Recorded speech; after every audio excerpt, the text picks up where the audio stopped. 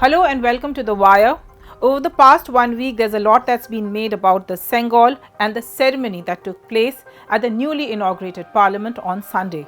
However, contrary to claims made by Prime Minister Narendra Modi that the Sengol was labelled a walking stick by Jawahar Lal Nehru, India's first Prime Minister, and kept at the Nehru family home, Anand Bhawan, a retired curator at the Allahabad Museum has made a startling claim. The curator, Onkar Wankhede, says that the Sengol was simply called, and I quote, a golden stick gifted to Pandit Jawaharlal Nehru, close quotes. It's been kept here since 1952, ever since Nehru donated his collection of memorabilia to the museum. Wankhede says the Sengol was labelled a golden stick by the first curator of the museum, S.C. Kala, in 1952. He says the job is only to describe the object, and that's what they did. And they called it a golden stick. That's not all.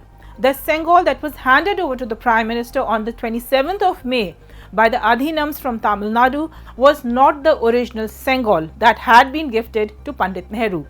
In fact, if Nehru was given one Sengol, Modi got several of them from the Adhinams because each of these Adhinams was representing a different sect. In fact, the original Sengol was kept at the National Museum, whose property it now is.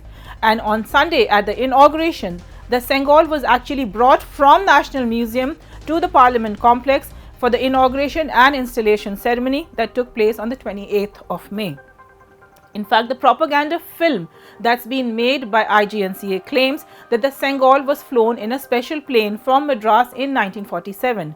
However, photos published by the Hindu newspaper from that time shows that the Adhinams were at the Madras railway station. In other words, the Adhinams travelled by train with the gift for India's first Prime Minister, Jawaharlal Nehru.